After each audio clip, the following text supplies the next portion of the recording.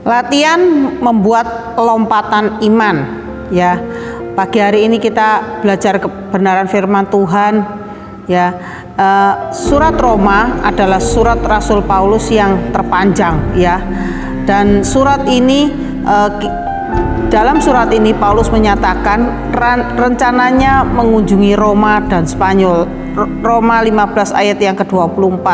Sekalipun sebagai tawanan akhirnya, Paulus benar-benar tiba di Roma dan menyelesaikan tugas pelayanannya di sana, mencapai garis akhir, mengakhiri pertandingan dengan baik. 2 Timotius 4 ayat yang ke-7. Dalam pasal pertama ini, Paulus mengajarkan pentingnya hidup oleh iman. Ini adalah cara yang harus dimiliki oleh setiap orang beriman, bukan hanya karena berdasarkan apa yang kita lihat, melainkan hidup karena percaya pada janji-janji Tuhan yang tidak terlihat oleh mata jasmani. 2 Korintus 5 ayat yang ke-7. Pembacaan Alkitab tiap hari membuat yang kita kerjakan sebagai murid Kristus bukan hanya sekedar kewajiban yang harus diselesaikan, melainkan ini adalah persekutuan kita dengan Tuhan tiap hari untuk menyerap kekuatan Allah dan melatih diri kita kepada iman. Ya, kita membaca kebenaran firman Tuhan itu harus setiap hari, ya. Kita mendapat kekuatan dari Allah, sebab aku mempunyai keyakinan yang kokoh dalam Injil, karena Injil adalah kekuatan Allah yang menyelamatkan. Ya, kita setiap hari kita membaca firman Tuhan, maka kekuatan Allah itu akan terus nyata di dalam kehidupan kita. Ya, Injil adalah kekuatan Allah, ada kekuatan ilahi melalui kita membaca kebenaran firman Tuhan. Pembacaan firman Tuhan akan mendatangkan iman, ya.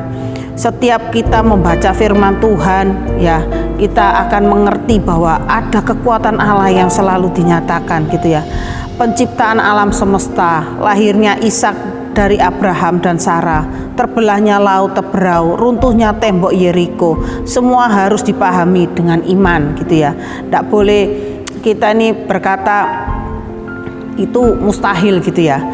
Mari kita bertekun membaca firman Tuhan, karena latihan inilah yang membuat lompatan iman dalam hidup kita sehari-hari. Di dalam hidup kita, ya, kita harus selalu, mata kita ini harus selalu tertuju kepada Tuhan. Tidak boleh kita ini berhenti, tetapi kita harus terus melatih diri kita. Kita harus terus membaca kebenaran firman Tuhan setiap hari. Mari kita berdoa. Terima kasih Tuhan Yesus untuk kebenaran firman-Mu Tuhan.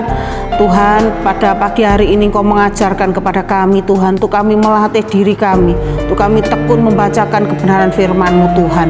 Terima kasih ya Tuhan Yesus, agar kami boleh memperoleh lompatan-lompatan hidup ini Tuhan, hanya bersama-sama dengan Engkau. Terima kasih Tuhan Yesus, terpujilah nama-Mu, haleluya. Amin.